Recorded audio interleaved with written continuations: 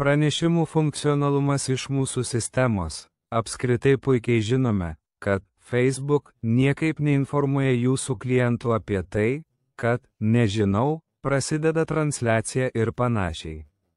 Dėl Salmo sistemos galėsite siųsti pranešimus klientams kartą per 24 valandas. Savo klientams pakanka čia įeiti į pranešimų skiltį ir čia turime dvi galimybės.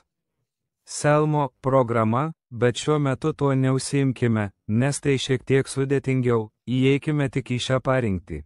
Salmo, Facebook, pranešimai. Ir dabar taip, čia turime esamą žmonių, užsiregistravusių pranešimams, skaičių ir iš šio lygio bus galima siųsti pranešimus klientams. Pavyzdžiui, apie tai, kad prasidėjo transliacija arba savaitės planas, kad šią savaitę merginos matomės transliacijoje pirmadienį, trečiadienį ir šeštadienį 18 val. Ar kažkas panašaus. Arba kad pridėjome keletą puikių pardavimo įrašų. Na, čia ką tik norėtumėte, galite informuoti klientus apie tai, tačiau reikia prisiminti, kad pranešimus galima siųsti kartą per 24 valandas. Reikia tai visada apskaičiuoti.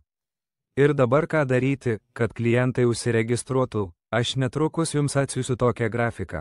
Ką daryti, kad, pavyzdžiui, būtų galima pridėti tokį pardavimo įrašą, tai yra įrašą Facebook su informacija, kad klientai užsiregistruotų, bet apskritai kalbama apie tai, kad klientas yra jūsų, pavyzdžiui, kokiame nors profilyje, taip, jūsų puslapyje, ir jei jis tiesiog įves bet kur Salmo, arba dati, arba Salmo saugoti, arba Salmo.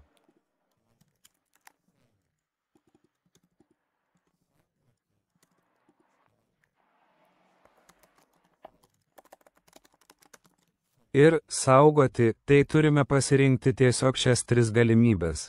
Taip, kiekviena iš jų veiks, jei klientas ją įves komentare arba privačioje žinutėje.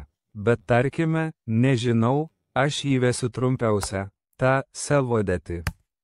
Ir palauksime akimirką, nes šis komentaras turi būti paskelbtas.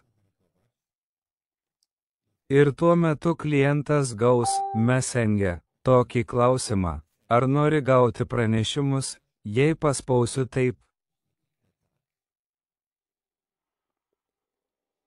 Tai gausiu kitą žinutę, tokią, kad nori gauti papildomas žinutės iš mūsų. Facebook, pranešimus, čia, žinoma, aš turiu šiek tiek lenkiškai, bet jūs turėsite viską lietuviškai, nes tai priklauso nuo Facebook kalbos, taip.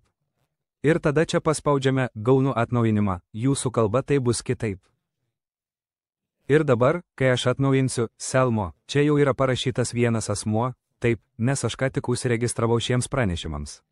Taigi jūsų interesas yra čia surinkti kuo daugiau žmonių šiems pranešimams. Gerai, ir taip pat yra situacija, kad klientas, kuris, pavyzdžiui, pirmą kartą atsiųs jums žinutę Messenger, jei anksčiau dar nieko nerašė, tai vienkartinai taip pat gaus tokį kvietimą į šiuos pranešimus.